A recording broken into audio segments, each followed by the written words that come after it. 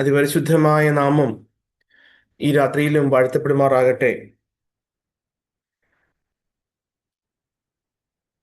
നാം ഇന്ന് റോമ ലേഖന പഠനം തുടരുകയാണ്. 8-ാം അധ്യായത്തിൽ നിന്നാണ് അതിന്റെ ആദ്യ 7 വാക്യങ്ങളിൽ നിന്നാണ് നാം ആ 4 വാക്യങ്ങളിൽ നിന്നാണ് നമ്മൾ കഴിഞ്ഞ ആഴ്ചകളിൽ ചിന്തിച്ചത്.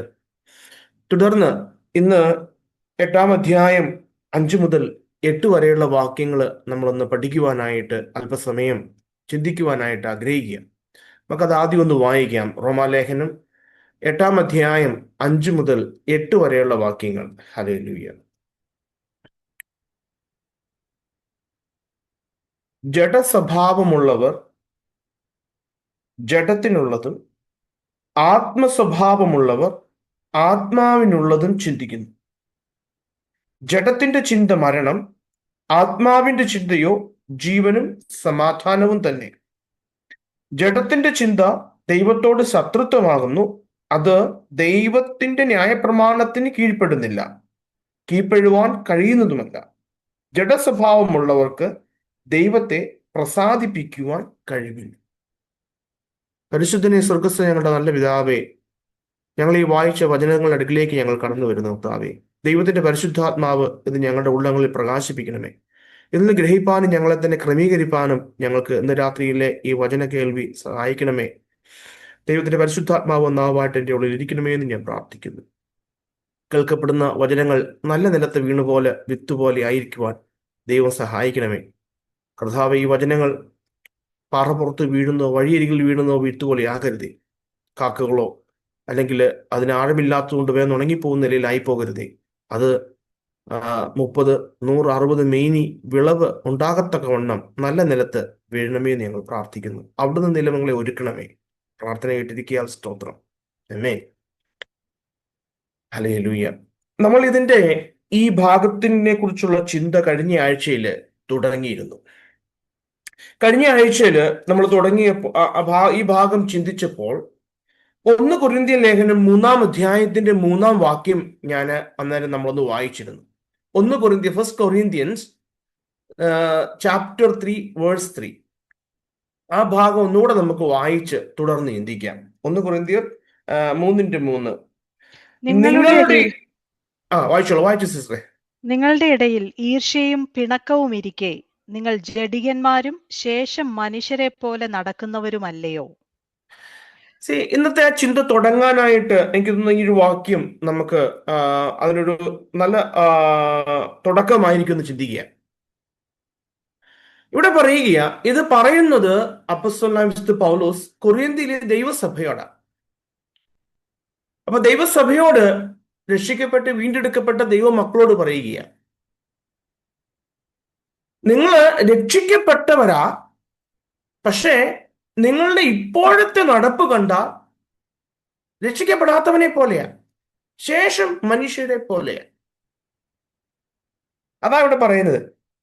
നിങ്ങളുടെ ഇടയിൽ ഈർഷ്യയും പിണക്കവും ഇരിക്കെ നിങ്ങൾ ജഡികന്മാരും ശേഷം മനുഷ്യരെ പോലെ നടക്കുന്നവരുമല്ലയോ? അപ്പോ രക്ഷിക്കപ്പെട്ടാലും നമുക്ക് രക്ഷിക്കപ്പെടാത്തവരെ പോലെ നടക്കുവാനായിട്ടുള്ള സാധ്യതയുണ്ട്. നടക്കുവാൻ നമ്മളെ കൊണ്ട് കഴിയും. നമ്മൾ ചിന്തിക്കരുത്, രക്ഷിക്കപ്പെട്ടു സ്നാനവെള്ളം തലമേൽ വീണു, അല്ലെങ്കിൽ നമ്മൾ സ്നാനജലത്തിൽ മുങ്ങിപ്പൊങ്ങിയ നമ്മള് ഒരു പ്രത്യേക രീതിയിലേക്ക് മാറിയ we are immune to everything. നമുക്ക് പാപം ചെയ്യാൻ പറ്റാത്ത, അല്ലെങ്കിൽ ലോകജനം നടക്കുന്നത് പോലെ നടക്കാൻ പറ്റാത്ത ഒരവസ്ഥയിലേക്ക് മാറുന്ന ഒരു സ്ഥിതിവിശേഷമൊന്നുമില്ല. അതുകൊണ്ട് അപ്പോസ്തലൻ ഇവിടെ പറയുന്നത് 2 മൈൻഡ് സെറ്റുകളാണ്. അതാ നമ്മൾ ആ റോമാലേഖനത്തിൽ വായിക്കേണ്ടത്. റോമാലേഖനത്തിൽ വായിച്ചത് എന്താ? 8:5 ജഡസ്വഭാവമുള്ളവർ ആത്മസ്വഭാവമുള്ളവർ. ജഡസ്വഭാവമുള്ളവർ ആത്മസ്വഭാവമുള്ളവർ. അത് ഒന്നാമത്തെ മൈൻഡ് സെറ്റ് എന്ന് പറയുന്നത് a mind that set on what the spirit wants. രണ്ടാമത്തെ ഒരു ഗ്രൂപ്പ് എന്ന് പറയുന്നത് a mind that set on earthly things. ഭൂമിയിലുള്ളത് ചിന്തിക്കുന്നു. ഹല്ലേലൂയ. രണ്ട് മൈൻഡ് സെറ്റുകളാണ്. രക്ഷിക്കപ്പെട്ടുവെങ്കിലും നമ്മുടെ മൈൻഡ് സെറ്റിന് വ്യത്യാസം വന്നില്ല എങ്കിൽ നമ്മൾ ശേഷം മനുഷ്യരെ പോലെയാണ്. ആത്മസ്വഭാവമുള്ളവർ, ജഡസ്വഭാവമുള്ളവർ.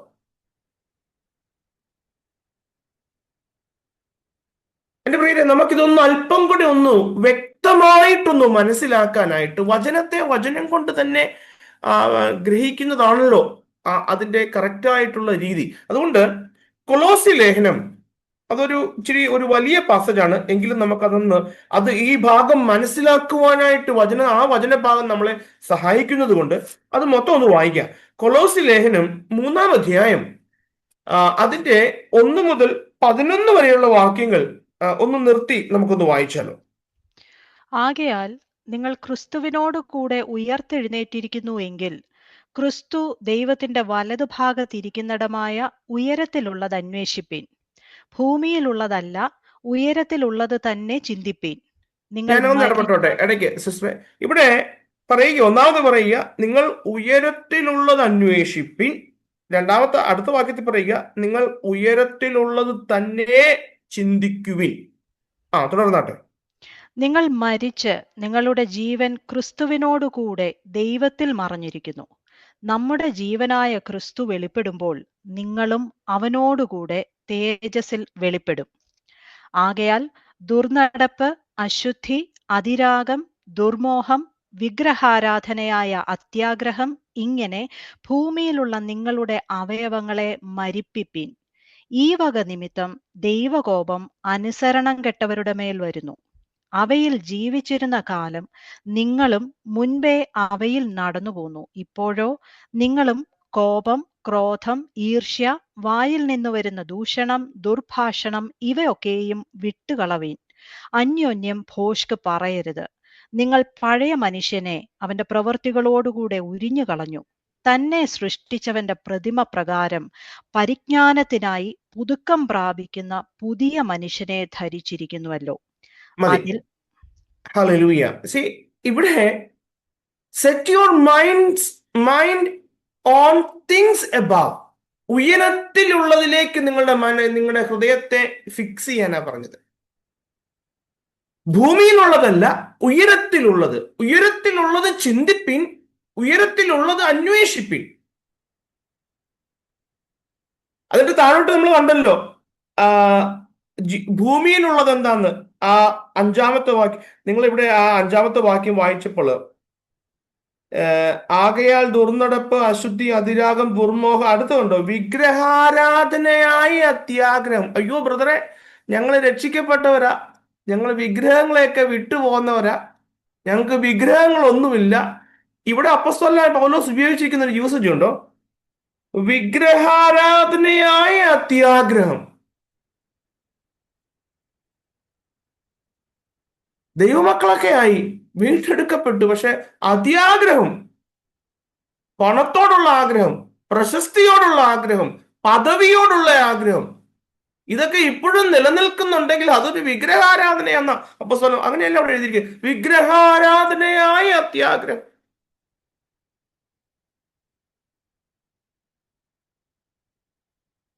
നമ്മളെ വിളിച്ചിരിക്കുന്നത്, നമ്മളെ വേർതിരിച്ചിരിക്കുന്നത് ഉയരങ്ങളിലുള്ളത് ചിന്തിപ്പാനും ഉയരങ്ങളിലുള്ളത് അന്വേഷിക്കാനും. കാരണം നമ്മൾ ഒരു സിയോൻ ഉയരങ്ങളിലേക്കുള്ള ഒരു യാത്രയില്ല. എൻ്റെ പ്രിയരെ, നമ്മൾ പ്രാർത്ഥിച്ചപ്പോൾ അന്ത്യകാലം അടുത്ത് വന്നിരിക്കുകയാണ്. ഹല്ലേലൂയ. കർത്താവിന്റെ വരവ് ഏറ്റവും അടുത്തിരിക്കുകയാണ്. ഇപ്പോൾ തിടുക്കത്തിൽ എന്നവണ്ണം നമ്മുടെ ഫോക്കസ് മുഴുവനും ഫിക്സ് ചെയ്യേണ്ടത് ഉയരങ്ങളിലേക്കുള്ളതായിരിക്കണം പ്രിയരെ. ഞാൻ എപ്പോഴും പറയാറുള്ളതാ, 70-80 മാക്സിമം പോയ 100 ഇയേഴ്സ്. അത് കഴിഞ്ഞാൽ പിന്നെ ഒരു ഓപ്ഷൻ ഇല്ല. ഈ കഴിഞ്ഞ ദിവസം ഞങ്ങളിങ്ങനെ ചർച്ചിൽ സംസാരിച്ചപ്പോൾ തന്നെ ഇപ്പം സംഘർഷം നടക്കുന്ന രാജ്യത്തെ ഇറാനിലെ അതിന്റെ പരമോന്നത ആള് മരിച്ചുപോയി. പുള്ളിക്ക് ഇപ്പൊ മനസ്സിലായി എന്താ സത്യം, എന്താ മിഥ്യ എന്ന്. ആ പുള്ളിയെ ഇപ്പോൾ തിരിച്ച് ഭൂമിയിലേക്ക് ഒരു അവസരം കൊടുത്തു വിട്ടാ എനിക്ക് തോന്നുന്ന പുള്ളിയായിരിക്കും ഏറ്റവും വലിയ സുവിശേഷ പ്രസംഗം പുള്ളിയായിരിക്കും, ഇല്ലേ? ഏറ്റവും വലിയ സുവിശേഷ പ്രസംഗം. കാരണം പുള്ളിക്ക് മനസ്സിലായി എന്താ സത്യം, എന്താ മിഥ്യ. പക്ഷെ ഇനിയൊരു ചാൻസ് ഇല്ല. ഹല്ലേലൂയ. നമ്മുടെ മുൻപിൽ അത് വീണ്ടും വെച്ചിരിക്കുകയാണ്. ഹല്ലേലൂയ. അതാ പറഞ്ഞ് നമുക്ക് ഉയരങ്ങളിലുള്ളത് ചിന്തിപ്പാനും ഉയരങ്ങളിലുള്ളത് അന്വേഷിപ്പാനും സാധിക്കണം പ്രിയരെ.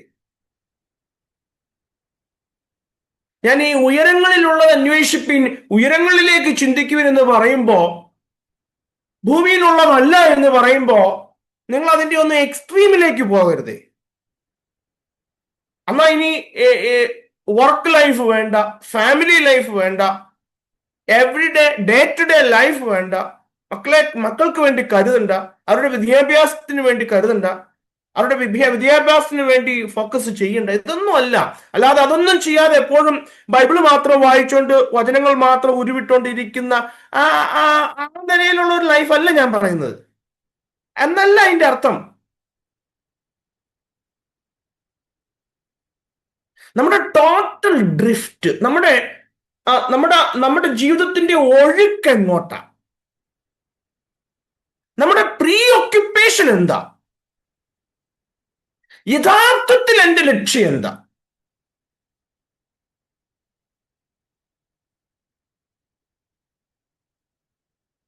ഇപ്പൊ ഒരു കപ്പൽ ഇന്ത്യയിൽ നിന്ന് വിട്ട് ഗൾഫിലേക്ക് പോകുമ്പോൾ അതിന്റെ ലക്ഷ്യം ഗൾഫാണ്. അതിനിടയ്ക്ക് പല കാര്യങ്ങൾ സംഭവിക്കുന്നുണ്ട്. ഇന്ന് നമ്മുടെ കൂട്ടായ്മ തുടങ്ങുന്നതിന് മുമ്പ് ദൈവം എന്നോട് ഇടപെട്ട ഒരു കാര്യം ഞാൻ ആദ്യമേ നിങ്ങളോട് ഷെയർ ചെയ്ത്. ഞാൻ ഈ ഫേസ്ബുക്കിൽ ഇങ്ങനെ നോക്കേണ്ടത് ഒരു കോട്ട്, ഒരു പിക്ചറിനെ, നിങ്ങളുടെ focus, if my focus has changed, God relocate me. എങ്ങനെയാ ഫോക്കസ് ചേഞ്ച് ആവുന്നത്? എന്നെ എന്തിനായിട്ട് വിളിച്ചിരിക്കുന്നു? എന്നെ കുറിച്ച് ദൈവത്തിന് അതല്ലേ പൗലോസ് അപ്പോസ്തലൻ എഫെസ്യ ലേഖനത്തിൽ പറഞ്ഞത്, വിളിയാലുള്ള ആശ അപ്പോസ്തലന് മനസ്സിലായി. അതുകൊണ്ട് അപ്പോസ്തലൻ പറയുന്നത് ഇങ്ങനെ വേണമെന്നുള്ളത്. നമ്മളെ വിളിച്ചപ്പോഴും ദൈവത്തിന് നമ്മളെ വിളിച്ച വിളിയിൽ ദൈവത്തിന് നമ്മളെ കുറിച്ചൊരു ആഗ്രഹമുണ്ട്. അത് നമ്മൾ ഫേമസ് ആണെന്നോ, എന്തും ഭൂമിയിൽ ദൈവം തരുന്നതിനനുസരിച്ച് നമുക്കാകാം. പക്ഷെ ദൈവത്തിന് നമ്മളെ കുറിച്ച് ആഗ്രഹം നിത്യതയിൽ കർത്താവിനോടൊപ്പം ആയിരിക്കണം എന്നുള്ളത്. നിത്യതയാണ് ദൈവം നമ്മളെ കുറിച്ച് ആഗ്രഹിക്കുന്നത്. നമ്മൾ നഷ്ടപ്പെട്ടു പോകും. ദൈവത്തിന്റെ അടുക്കിലേക്ക് നമ്മൾ എത്തണം. ആ ദൈവം നമ്മളെ വിളിച്ചതിന്റെ അൾട്ടിമേറ്റ്, അന്തിമമായിട്ടുള്ള ആഗ്രഹം.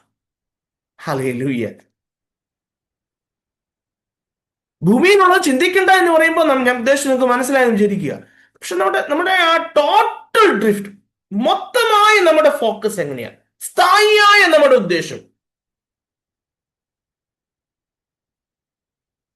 ഹല്ലേലൂയ. ഞാൻ ഈ കഴിഞ്ഞ ദിവസം നമ്മുടെ ചർച്ചിൽ ഞങ്ങൾ പോകുന്ന ലോക്കൽ ചർച്ചിൽ ഒരു മെസ്സേജ് കൊടുത്തപ്പോൾ ഞാനിങ്ങനെ പറഞ്ഞിരുന്നു, ദൈവത്തിന്റെ ഇഷ്ടം, ദൈവത്തിന് നമ്മളെ കുറിച്ചൊരു പൊതുവായ ഇഷ്ടമുണ്ടല്ലേ. ഹല്ലേലൂയ. ആ ദൈവത്തിന്റെ നാമം നമ്മളിലൂടെ മഹത്വപ്പെടണമെന്ന വിശുദ്ധീകരണമല്ലോ ദൈവത്തിന്റെ ഇഷ്ടം നമ്മളെ കുറിച്ചുള്ള. പക്ഷെ പേഴ്സണലായിട്ടും വ്യക്തിപരമായിട്ടും ദൈവത്തിനൊരു ഇഷ്ടമുണ്ട്. വ്യക്തിപരമായിട്ടുള്ള ദൈവത്തിന്റെ ഇഷ്ടം നമുക്ക് എങ്ങനെ മനസ്സിലാക്കാം? ഒരു ജോലിയുടെ മുൻപിൽ നമ്മൾ വന്ന് നിൽക്കുമ്പോൾ എന്ത് തെരഞ്ഞെടുക്കണം, എങ്ങോട്ട് പോകണം, ഞാൻ ആരെ വിവാഹം കഴിക്കണം, ഞാൻ ആരുമായി ചേർന്ന് ബിസിനസ് ആരംഭിക്കണം, ഞാൻ രാജ്യത്തിന്റെ ടാക്സ് കൊടുക്കണോ വേണ്ടയോ, ഇങ്ങനെയുള്ള വ്യക്തിപരമായ, ഞാൻ ചില ഉദാഹരണങ്ങൾ പറഞ്ഞു, വ്യക്തിപരമായ ചില ആവശ്യങ്ങളുടെ മുൻപിൽ ദൈവത്തിന്റെ എന്നെ കുറിച്ചുള്ള വ്യക്തിപരമായ ഹിതം എന്താ, ഇഷ്ടം എന്താ, ഹൗ ഡു വി നോ, നമുക്ക് എങ്ങനെ ഇത് മനസ്സിലാക്കാൻ സാധിക്കും? എന്റെ പ്രിയരെ, ഇതിന്റെയൊക്കെ മുൻപിൽ ഞാനും ദൈവവുമായിട്ടുള്ള ബന്ധത്തിന്, ദൈവനാമ മഹത്വത്തിന് ഹിതം വരുന്നതാണെങ്കിൽ അതിനെ ഉപേക്ഷിക്കുക. അതായിരിക്കണം നമ്മുടെ, അതായത് ഉദ്ദേശിച്ച ആ ടോട്ടൽ ഡ്രിഫ്റ്റ് എന്നുകൊണ്ട് ഉദ്ദേശിച്ചത്. എന്റെ മെയിൻ ഫോക്കസ് എന്ന് പറയുന്നത് ദൈവത്തിന്റെ നാമം മഹത്വപ്പെടുക. ദൈവവും ഞാനുമായിട്ടുള്ള ബന്ധത്തിന് ഒരു തടസ്സവും ഉണ്ടാവരുത്. നമ്മൾ എടുക്കുന്ന തീരുമാനം എന്തായാലും, നമ്മൾ എടുക്കുന്ന ഏത് ജോലിയായാലും ഏത് കാര്യങ്ങളായാലും എവിടെ പോയാലും ഒന്നും ദൈവവുമായിട്ടുള്ള എൻ്റെ ബന്ധത്തിന് ബ്രേക്കിംഗ് ഉണ്ടാവും. ഹല്ലേലൂയ. അല്ലാത്ത പക്ഷം എങ്ങനെയാണെന്നറിയോ, നാം നാം നമുക്ക് വേണ്ടി ജീവിക്കുന്നവരായിരിക്കും. നാം നമുക്ക് വേണ്ടി ജീവിക്കുന്നവരാണോ, ദൈവത്തിനു വേണ്ടി ജീവിക്കുന്നവരാണോ? ദൈവനാമ മഹത്വമാണ് എൻ്റെ പ്രയോറിറ്റി എങ്കിൽ ഞാൻ ദൈവത്തിനു വേണ്ടി ജീവിക്കുന്നവരാ. റോമാലേഖനം 6:11 എന്താ വായിക്കുന്നത്? റോമാലേഖനം 6:11. ഹല്ലേലൂയ.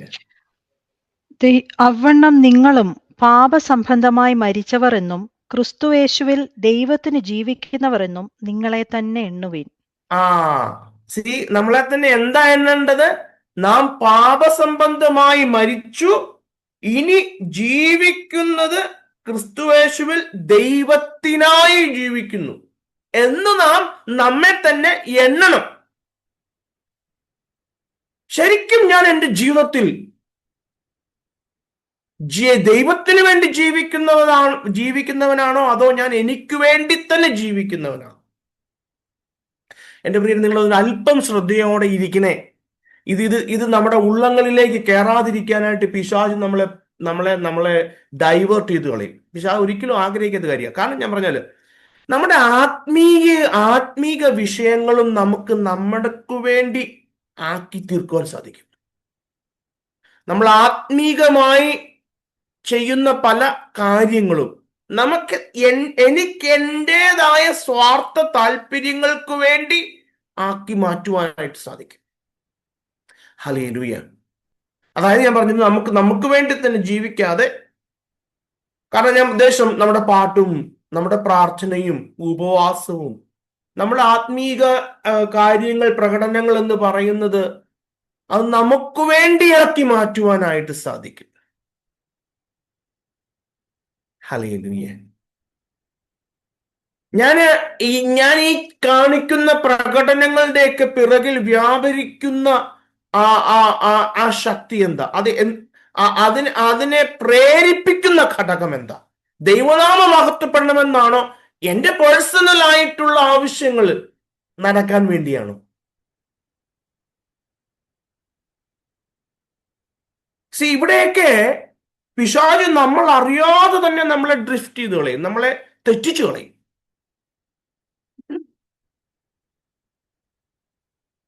അതുകൊണ്ട് അപ്പസ്തലൻ പറയുന്ന 2 മൈൻഡ് സെറ്റുകൾ: ആത്മസ്വഭാവമുള്ളവൻ, ജഡസ്വഭാവമുള്ളവൻ.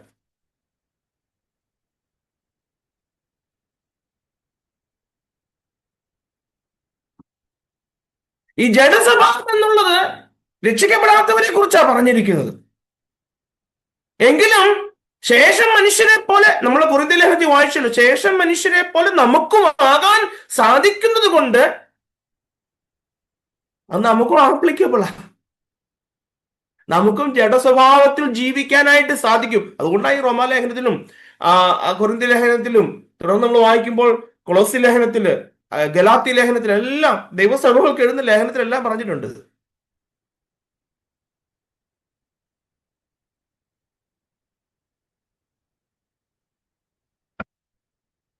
ഞാൻ പറഞ്ഞല്ലോ, നമ്മുടെ ഈ ആത്മീകമായ പ്രകടനങ്ങൾ പോലും നമ്മുടേതാകുന്ന ലക്ഷ്യങ്ങൾ, നമ്മുടേതാകുന്ന സ്വാർത്ഥ താല്പര്യങ്ങൾ, നമ്മുടെ ഇഷ്ടം, നമ്മുടെ ഹിതം, നമ്മുടെ ആഗ്രഹം, നമ്മുടെ അത്യാഗ്രഹം, ഇതൊക്കെ സാധിപ്പിക്കാൻ വേണ്ടിയായി നിറവേറുന്ന അല്ലെങ്കിൽ ചെയ്യുന്ന കാര്യങ്ങളായിട്ട് മാറാൻ പ്രിയനെ. എപ്പോഴാണെന്നറിയോ? നമ്മുടെ പ്രീ ഓക്യുപ്പേഷൻ മാറുമ്പോ, നമ്മുടെ മൈൻഡ് സെറ്റ് മാറുമ്പോ.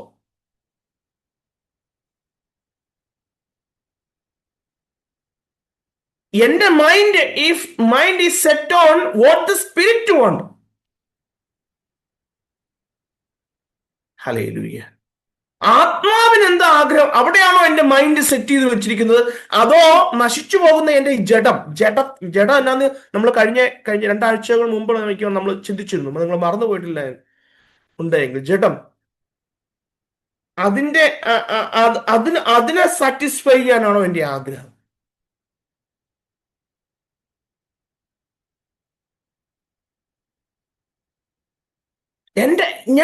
എനിക്ക് എന്റെ ഇഷ്ടം, എന്റെ ഹിതം, എന്റെ നാമം, എന്റെ പേര്, എന്റെ പണം, എന്റെ സ്വത്ത് എല്ലാം ആ ഫോക്കസ് ആണോ? അങ്ങനെയാണെങ്കിൽ അത് ജഡ സ്വഭാവമാണ്. നമ്മുടെ മൈൻഡ് സെറ്റ് ഓൺ ഫ്ലഷാ. നമ്മുടെ ജഡത്തിൽ നമ്മൾ ഉയരങ്ങളിലുള്ളത് അല്ല ചിന്തിക്കുന്നത്, ഉയരങ്ങളിലുള്ളതല്ല അന്വേഷിക്കുന്നത്, നമ്മൾ ഭൂമിയിലുള്ളത് അന്വേഷിക്കുന്നത്. ഞാനിത് പറയുമ്പോൾ ഞാനും നിങ്ങളും നമ്മൾ ചിന്തിക്കേണ്ട ഒരു കാര്യമാണ്.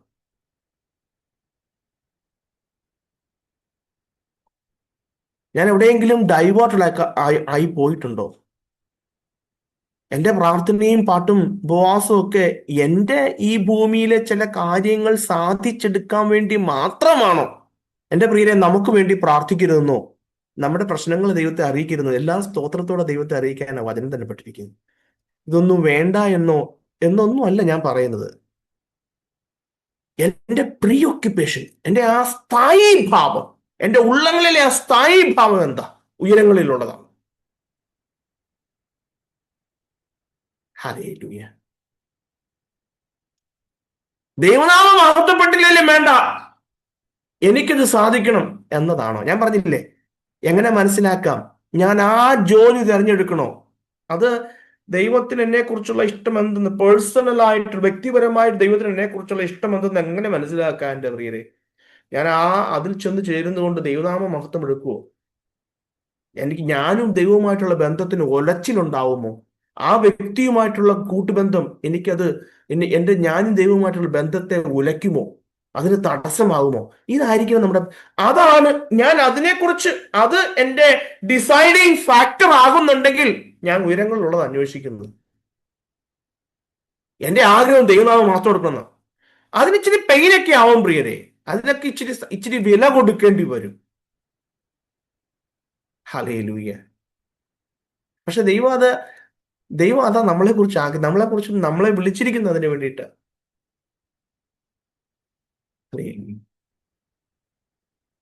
എൻ്റെ കുടുംബത്തിൽ ഞങ്ങൾ 3 ആൺമക്കളാ. ഏറ്റവും ഇളയതാ ഞാൻ. എനിക്ക് മാത്രമേ ഈ കൃപ ലഭിച്ചുള്ളൂ.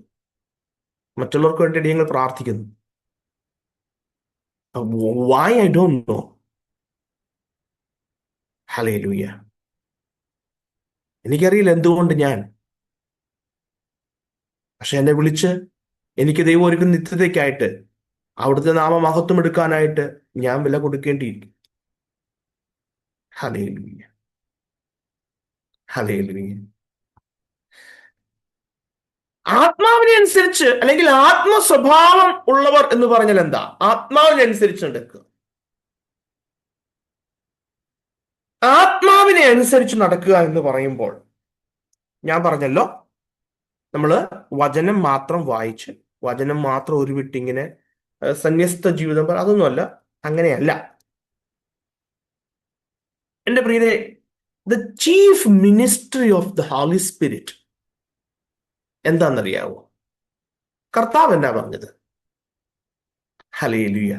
കൃപാവരങ്ങളല്ല, ഹോളി സ്പിരിറ്റിന്റെ മിറക്കിൾ കാണിക്കുക, വലിയ രോഗങ്ങൾ സൗഖ്യമാക്കി വലിയ മിറക്കിൾ കാണിച്ച് മരിച്ചവനെ ഉയർത്തെഴുന്നേൽപ്പിക്കുക, ഇങ്ങനെയുള്ള വലിയ മിറക്കിൾ കൃപാവര ശുശ്രൂഷ, ഇതൊന്നും അല്ല ഹോളി സ്പിരിറ്റിന്റെ പ്രധാന ജോലി. നിങ്ങൾ എന്നെ ശ്രദ്ധയോടെ കേൾക്കണേ. ഇതിനൊന്നും ഞാൻ എതിരൊന്നുമല്ല. ഇത് ഹോളി സ്പിരിറ്റിന്റെ മറ്റ് ജോലികളാണ്. പക്ഷെ ദൈവത്തിന്റെ പരിശുദ്ധാത്മാവിന് എന്നിലുള്ള പ്രധാന ജോലി എന്താ? ഞാൻ പറഞ്ഞതല്ല, കർത്താവ് പറഞ്ഞത്. നമുക്ക് നോക്കാം. യോഹന്നാന്റെ സുവിശേഷം 16-ാം അധ്യായം 13-14 ഒന്ന് വായിക്കാം. അവിടെ കർത്താവ് പറയുന്നുണ്ട്, യോഹന്നാന്റെ സുവിശേഷം, സത്യത്തിന്റെ ആത്മാവ് വരുമ്പോഴോ അവൻ നിങ്ങളെ സകല സത്യത്തിലും വഴി നടത്തും. ആര്? ദൈവത്തിന്റെ പരിശുദ്ധാത്മാവ് എന്ത് ചെയ്യും? നിങ്ങളെ സകല സത്യത്തിലും വഴി നടത്തും. Continue sister. അവൻ സ്വയമായി സംസാരിക്കാതെ താൻ കേൾക്കുന്നത് സംസാരിക്കുകയും വരുവാനുള്ളത് നിങ്ങൾക്ക് അറിയിച്ചു തരികയും ചെയ്യും. അവൻ എനിക്കുള്ളതിൽ നിന്നെടുത്ത് നിങ്ങൾക്ക് അറിയിച്ചു തരുന്നത് കൊണ്ട് എന്നെ മഹത്വപ്പെടുത്തും. സി ഇതാ മതി താങ്ക് യു. സി സത്യത്തിന്റെ ആത്മാവ് വരുമ്പോൾ അവൻ നിങ്ങളെ സകല സത്യത്തിലും വഴി നടത്തും. ഹല്ലേലൂയ. സി ദൈവത്തിന്റെ പരിശുദ്ധാത്മാവിന്റെ ചീഫ് മിനിസ്ട്രി ഉണ്ടോ? നമ്മെ സത്യത്തിൽ വഴി നടത്തും. അവിടുന്ന് അവൻ സ്വയമായി സംസാരിച്ചിട്ടല്ല, താൻ കേൾക്കുന്നത് സംസാരിക്കുന്നു. അവിടെ പറയുന്നത് he reveals Christ to us. ദൈവത്തിന്റെ പരിശുദ്ധാത്മാവ് വരുമ്പോൾ ദൈവത്തിന്റെ പരിശുദ്ധാത്മാവ് കർത്താവിനെ നമുക്ക് വെളിപ്പെടുത്തി തരും.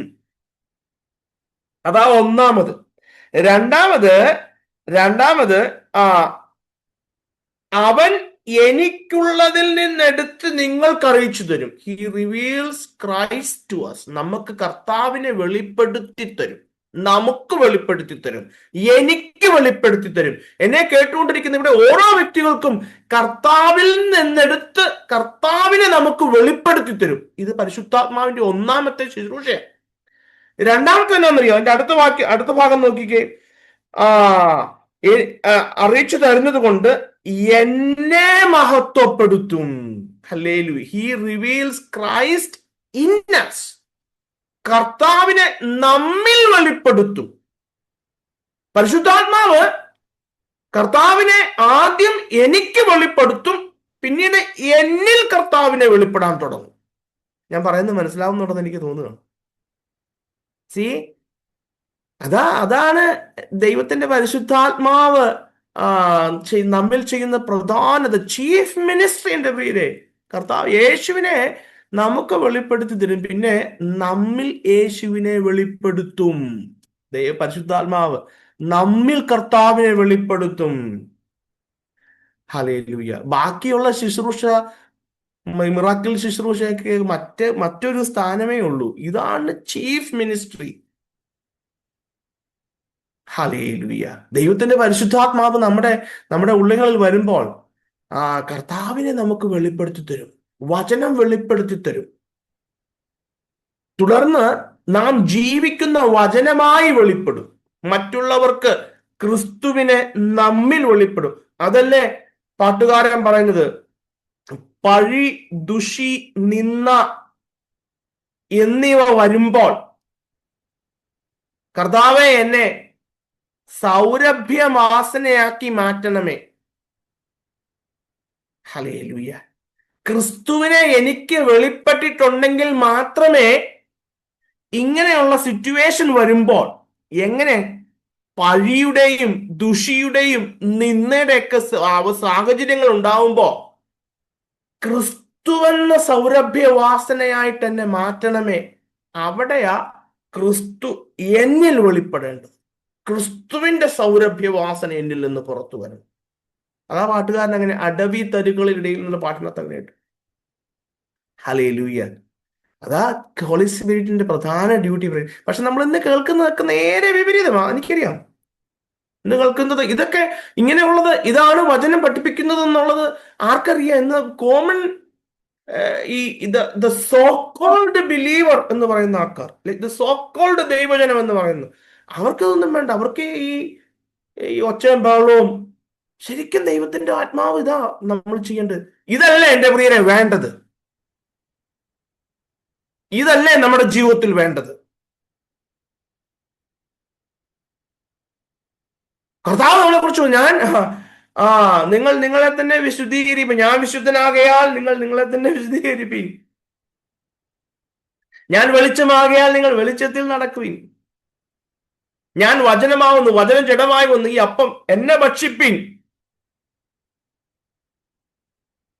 ഇതൊക്കെ നമ്മുടെ ജീവിതത്തിൽ വേണ്ടത്.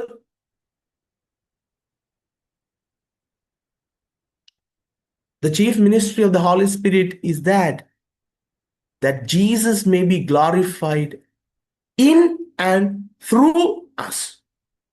അതാ മറന്നു പോകും. എപ്പോഴും ഓർത്തുള്ളത്, നമ്മൾ എവിടെ ചെന്നാലും ദൈവനാമം എന്നിൽ മഹത്വം എടുക്കണം. ദൈവനാമം എന്നിൽ മഹത്വം എടുക്കണമെങ്കിൽ ദൈവത്തെക്കുറിച്ചുള്ള ജ്ഞാനത്താൽ ഞാൻ നിറയണം. അതാ കൊളോസി ലേഖനത്തിൽ നമ്മൾ വായിക്കുന്നുണ്ടല്ലോ. കൊളോസി ലേഖനം അതിന്റെ 2-ാം അധ്യായം, ഞാൻ റെഫറൻസ് ചെയ്യാൻ നോക്കാം. അപ്പോസ്തലനായ പൗലോസ് പ്രാർത്ഥിക്കണേ. കൊളോസി ലേഖനം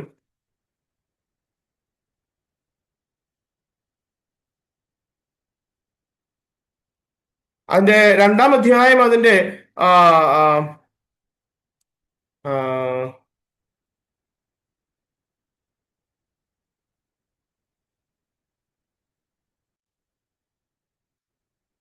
10-ാം വാക്യത്തിലാണ്, നിങ്ങൾ പൂർണ്ണ പ്രസാദത്തിനായി കർത്താവിന് യോഗ്യമാം വണ്ണം നടന്ന് ആത്മീകമായ സകല ജ്ഞാനത്തിലും വിവേകത്തിലും അവന്റെ ഇഷ്ടത്തിന്റെ പരിജ്ഞാനം കൊണ്ട് നിറഞ്ഞു വരണം എന്നും സകല സൽപ്രവർത്തിയിലും ഫലം കായ്ച്ചു ദൈവത്തെക്കുറിച്ചുള്ള പരിജ്ഞാനത്തിൽ വളരണമെന്നും. ആ വാക്യം ഒന്ന് കാണിക്കാമോ?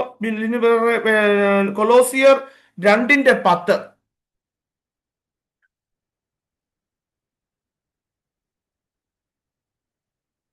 കൊലോസി 2 അല്ല, 1:10. Sorry, Colossians 1:10.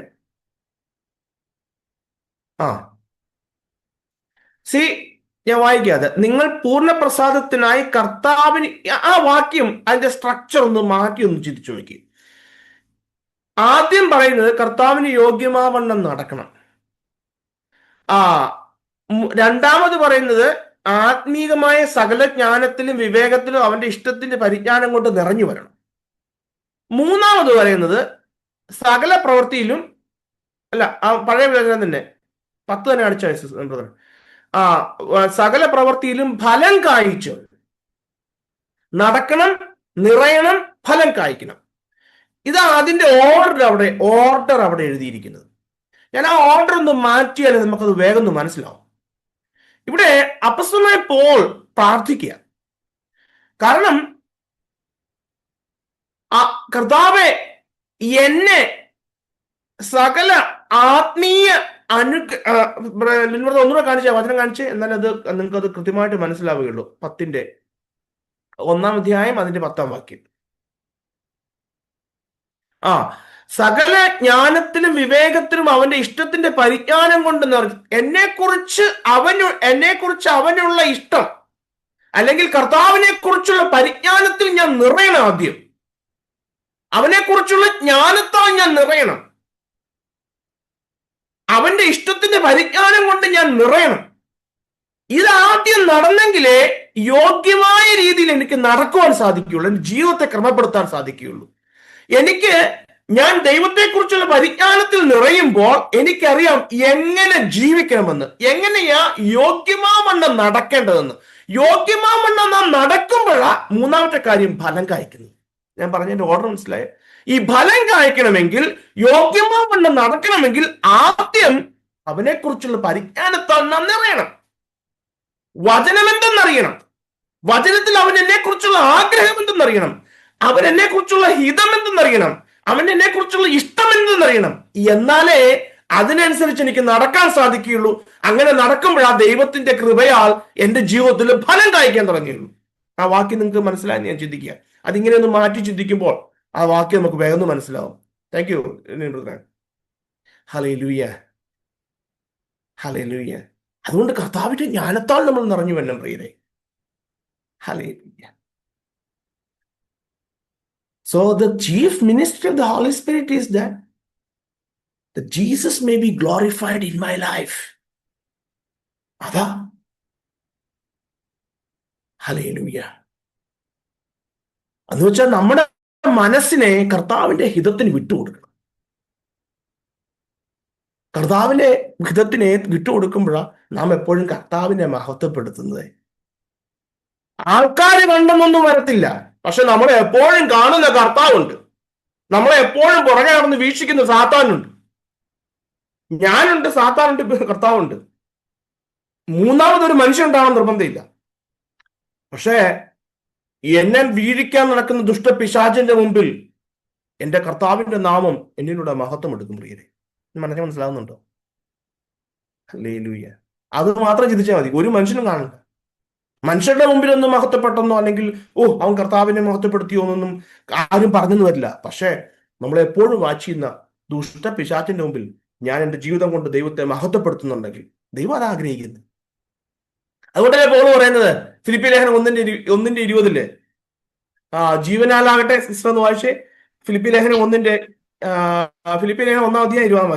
അങ്ങനെ ഞാൻ ഒന്നിലും ലജ്ജിച്ചു പോകാതെ പൂർണ്ണ ധൈര്യം പൂണ്ട് ക്രിസ്തു എന്റെ ശരീരത്തിങ്കൽ ജീവനാലാകട്ടെ മരണത്താലാകട്ടെ എപ്പോഴും എന്ന പോലെ ഇപ്പോഴും മഹിമപ്പെടുകയുള്ളൂ എന്ന് പ്രതീക്ഷിക്കുകയും പ്രത്യാശിക്കുകയും ചെയ്യുന്നു. ഈ പോളിന്റെ ആഗ്രഹം കൊണ്ട് 1 കൊറിന്ത്യർ 10:31 എന്താ വായിക്കുന്നത്? 1 Corinthians 10:31.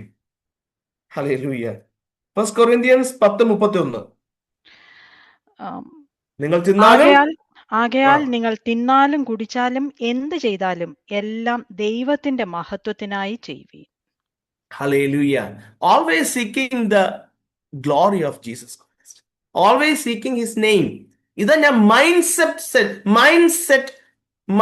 Set on things above എന്ന് പറയുന്നതുകൊണ്ട് ഉദ്ദേശിക്കുന്നത്. തിന്നാലും കുടിച്ചാലും എന്ത് ചെയ്താലും എല്ലാം ദൈവത്തിന്റെ മഹത്വത്തിനായി ചെയ്യുവീൻ.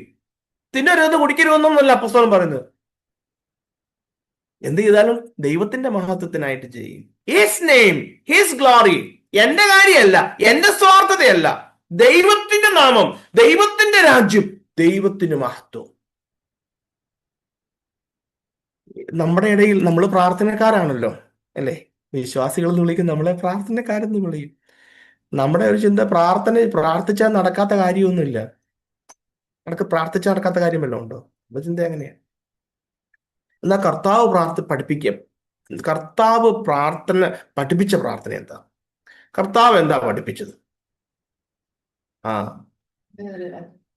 നിന്റെ നാമം, രാജ്യം, നിന്റെ ഹിതം, പിന്നെയാ എന്റെ ഹിതം വരും,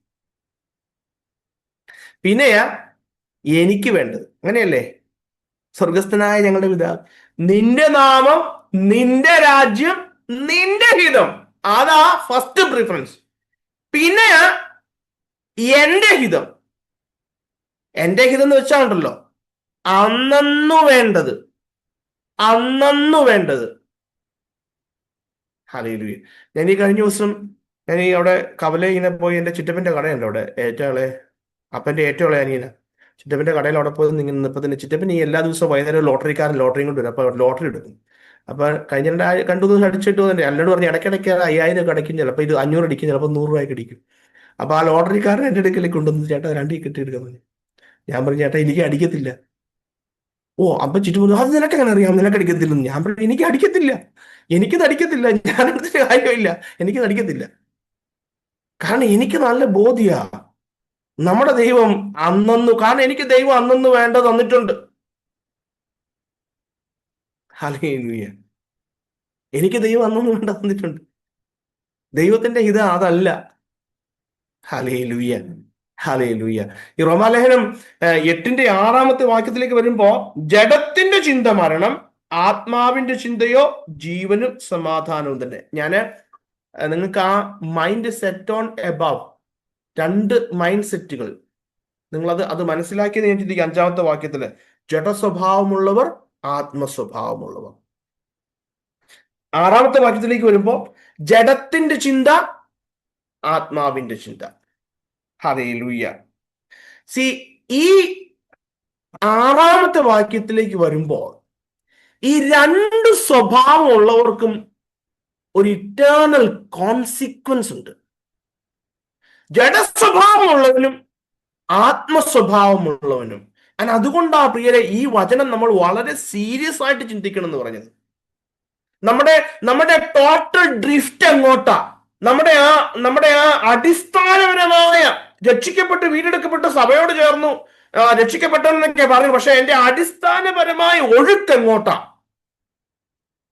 കാരണം ഇതിന് ഭയങ്കര ഒരു ഇറ്റേണൽ കോൺസിക്വൻസ് ഉണ്ട്. അതാ 6-ാമത്തെ വാക്യത്തിൽ പറഞ്ഞിരിക്കുന്നത്. എന്താ ഇറ്റേണൽ കോൺസിക്വൻസ്? ജഡത്തിന്റെ ചിന്ത മരണം. ജഡസ്വഭാവമാണോ? മരണം. ആത്മാവിന്റെ സ്വഭാവമാണോ നിത്യജീവനും സമാധാനം? ഇത് ഇറ്റേണൽ കോൺസിക്വൻസാ, നിത്യമായ കോൺസിക്വൻസാ. ഹല്ലേലൂയ. ഈ രണ്ട് മൈൻഡ് സെറ്റിനും ഒരു നിത്യമായ പരിണിത ഫലമുണ്ട്. അത് ഇത്രയും സീരിയസ് ആയിട്ട് പറയാൻ കാരണം ഞാൻ പറഞ്ഞില്ലേ, അത് പറ്റിപ്പോയി, ആദ്യത്തെ പ്രാവശ്യം തോറ്റുപോയി, കർത്താവേ ഇനി തിരിച്ച് ഞാൻ ഒന്നുകൂടെ. നോ, അങ്ങനെയൊന്നും ഇല്ല.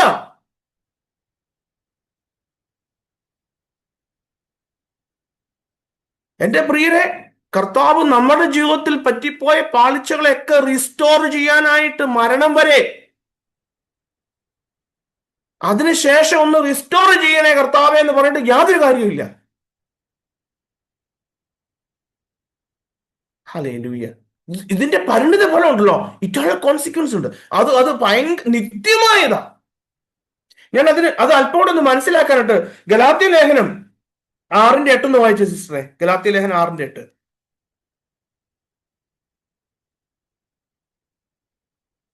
ഗലേഷ്യൻസ് 6:8.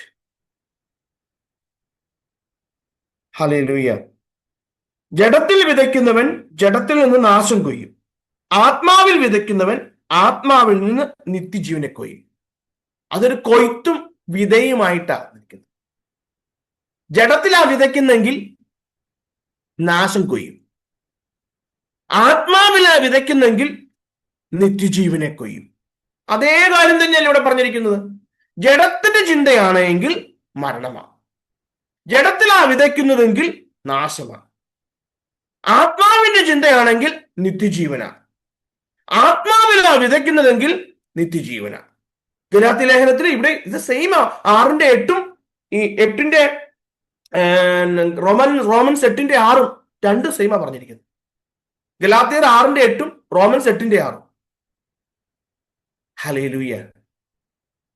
പണ്ടൊരിക്കല് ഈ മുയലിനെ വേട്ടയാടി പിടിക്കുന്ന സമയം നമ്മുടെ കടന്നു പോയിക്കൊണ്ടിരിക്കുകയാണ്. എന്തായാലും സാരമില്ല, ഇതൊന്ന് മനസ്സിലാക്കിയപ്പോൾ നമുക്ക് സമയം, നമുക്ക് എന്ത് പഠിച്ചാലും അത് മനസ്സിലാക്കി നമുക്കത് പ്രയോജനപ്പെടുന്നതായിരുന്നില്ലെങ്കിൽ വെറുതെ പോർഷൻ അല്ലെങ്കിൽ നമ്മുടെ ആ ചാപ്റ്റർ വാക്യങ്ങൾ തീർത്തിട്ട് കാര്യമില്ല. അപ്പോ ഒരിക്കലും ഒരു മുയലിനെ വേട്ടയാടി പിടിക്കുന്ന ഒരു ജോലി, അതാണ് ആ വ്യക്തിയുടെ ആ നായാട്ടുകാരന്റെ ജോലി. പിടിക്കുന്ന ആ മനുഷ്യൻ എന്നും പോകും, രാവിലെ മുയലിനെ പിടിക്കും, അതിനെ വിറ്റ് ജീവിച്ചുകൊണ്ടിരുന്നത്. ആ മനുഷ്യൻ ഒരിക്കല് ഒരു നല്ല ബ്യൂട്ടിഫുൾ കവറിങ് ഉള്ള ഒരു മാഗസിൻ വായിക്കാൻ ഇടയായി. അതിങ്ങനെ മാഗസിൻ ഇങ്ങനെ വായിച്ചു എന്നെ തിരിച്ച് മറിച്ച് വന്നപ്പോ ഒരു പേജില് ഒരു ക്യാരറ്റിന്റെ പടം, ഒരു ബഞ്ച് ഓഫ് ക്യാരറ്റ്സ്.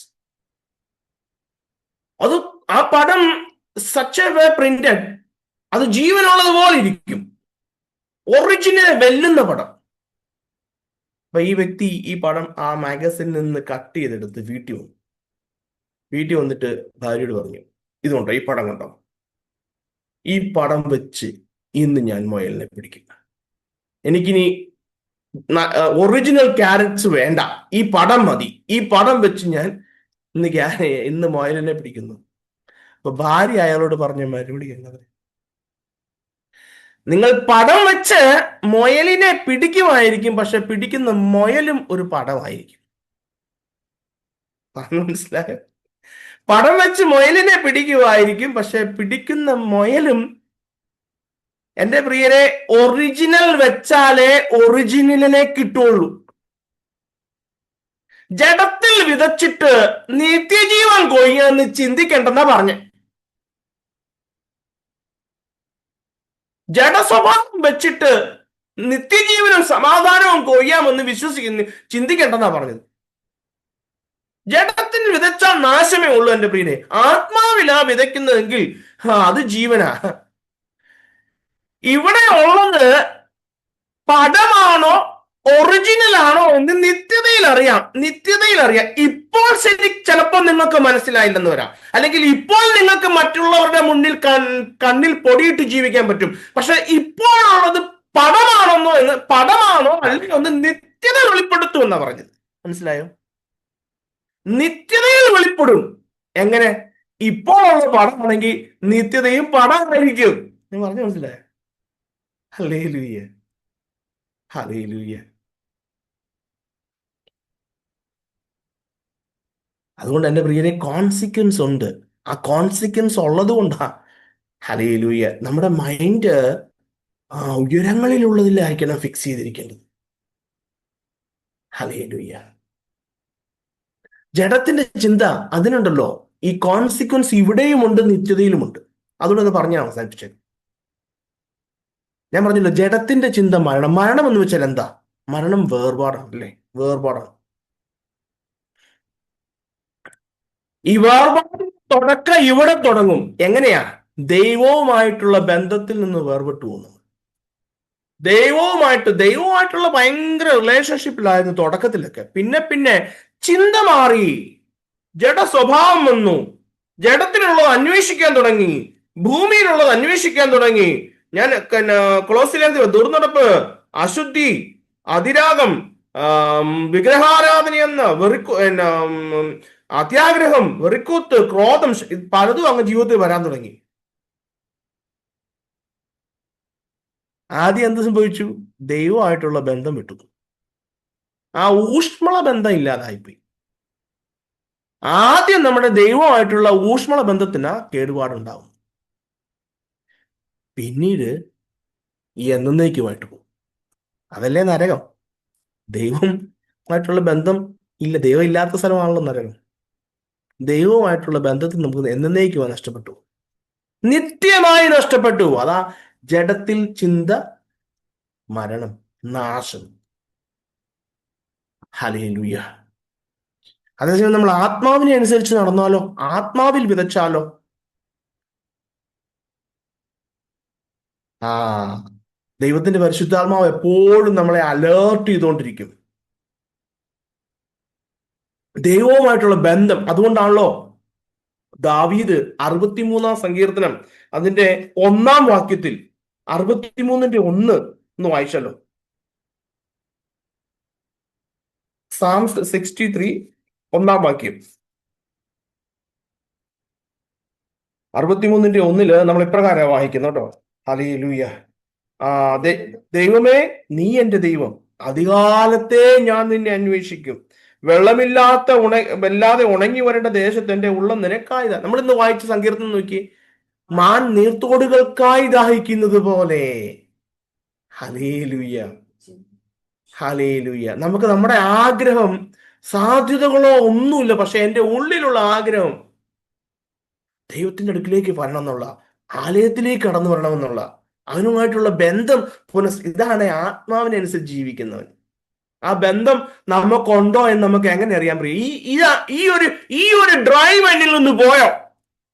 ഈ ഒരു പ്രേരണ ദൈവത്തെ ഒരാഴ്ച നമുക്ക് ഒന്ന് ആ ബന്ധം നഷ്ടപ്പെട്ടു പോയി കഴിയുമ്പോൾ, ദൈവമേ എനിക്ക് എത്രയും വേണം തിരിച്ചു വരണം, ആ കൂട്ടായ്മയ്ക്ക് ഒന്ന് പോകണം, സഹോദരങ്ങളുടെ കൂടെ നിന്ന് പ്രാർത്ഥിക്കണം, ദൈവത്തെ ഒന്ന് സങ്കീർത്തനങ്ങൾ ഉള്ളങ്ങളിൽ നിന്ന് ചൊല്ലി ഒന്ന് മഹത്വപ്പെടുത്തണം, ഒന്ന് കൈയടിച്ച് പ്രാർത്ഥിക്കണം, ആരാധിക്കണം, പാട്ട് പാടണം, ദൈവദിനം ധ്യാനിക്കണം, അല്പനേരം ബൈബിളിൽ നിന്ന് വായിക്കണം.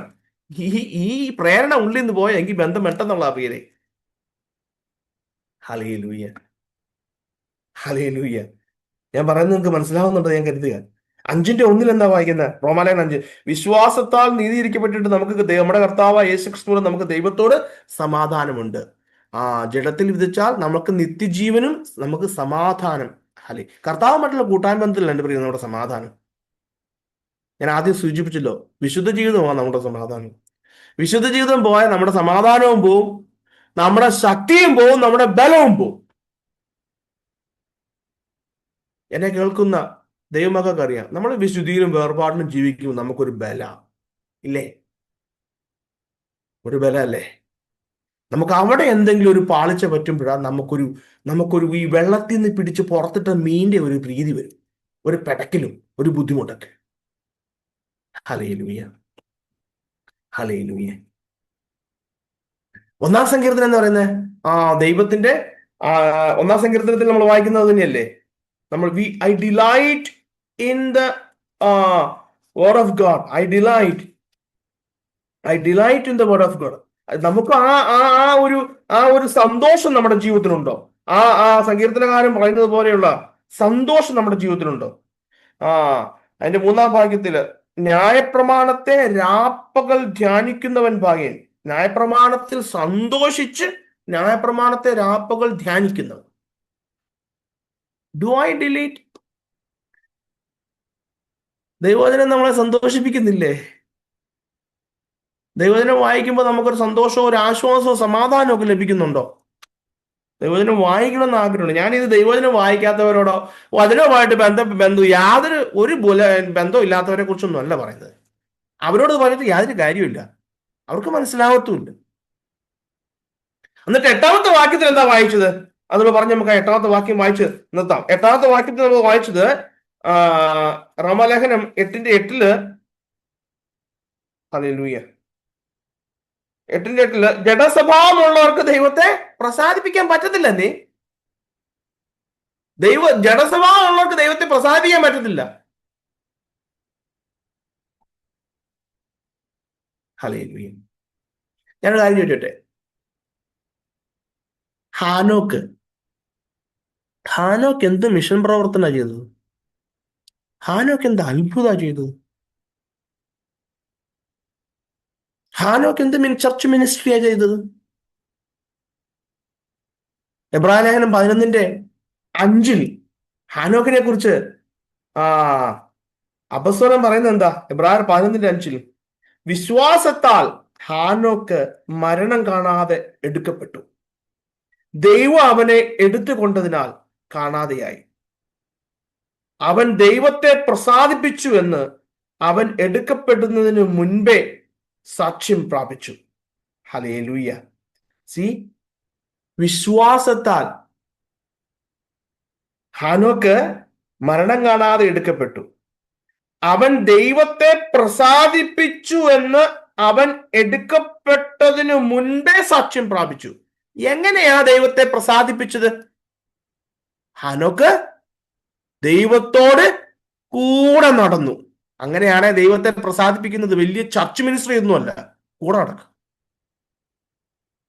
ദൈവത്തോട് കൂടെ നടക്കുമ്പോഴാ ദൈവത്തെ നാം പ്രസാദിപ്പിക്കുന്നു. Hallelujah, hallelujah. മനുഷ്യനെയോ എന്നെ തന്നെയോ അല്ല ഞാൻ പ്രസാദിപ്പിക്കേണ്ടത്, ദൈവത്തെ പ്രസാദിപ്പിക്കണം. ദൈവത്തെ പ്രസാദിപ്പിക്കാനായിട്ട് വലിയ വലിയ മൾട്ടി കാര്യങ്ങളൊന്നും ചെയ്യണ്ട. ദൈവത്തോട് കൂടെ നടന്നാൽ മതി. വെളിച്ചത്തിൽ നടക്കുക, ഇരുട്ടില്ലാതെ വെളിച്ചത്തിൽ നടക്കുക, വിശുദ്ധിയോടെ. വിശുദ്ധിയോടെ നടക്കുമ്പോഴാണ് ദൈവത്തോട് കൂടെ നടക്കുന്നത്. ദൈവം വെളിച്ചമാകിയാൽ വെളിച്ചത്തിൽ നടക്കുക. ഇരുട്ട് വെച്ചോണ്ട് വെളിച്ചത്തിൽ നടക്കാൻ പറ്റത്തില്ല.